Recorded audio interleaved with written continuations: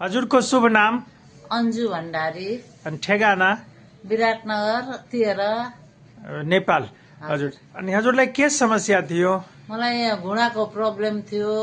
डाक्टरले अब यसो देखाएको थिएँ अनि अपरेसन गर्नुपर्छ भनेको थियो अनि है। घुँडाको समस्या यो कति पुरानो थियो? यो 4 वर्ष 5 वर्ष भइसक्यो होला, 4 वर्ष जति भयो। दुखाइ सुखाइ थियो होइन? हिलडुल गर्दा हजुर समस्या थियो। अनि अंग्रेजीमा चाहिँ खिएको हजुर र फेर्नै पर्छ भन्नुभयो डाक्टरले। हजुर अपरेसन गर्नुपर्छ भनेर थियो। बनाले घुँडाको समस्या थियो हजुरलाई। अनि 1 वर्ष कति पुरानो? यो 3-4 वर्ष 3-4 वर्ष 5 वर्ष भइसक्यो। 5 वर्ष मोटामोटी पुरानो थियो। हजुर हजुर। अनि म जुन थेरापी दिँदैछु यो घुँडाको लागि आज कति दिन लिनुभयो?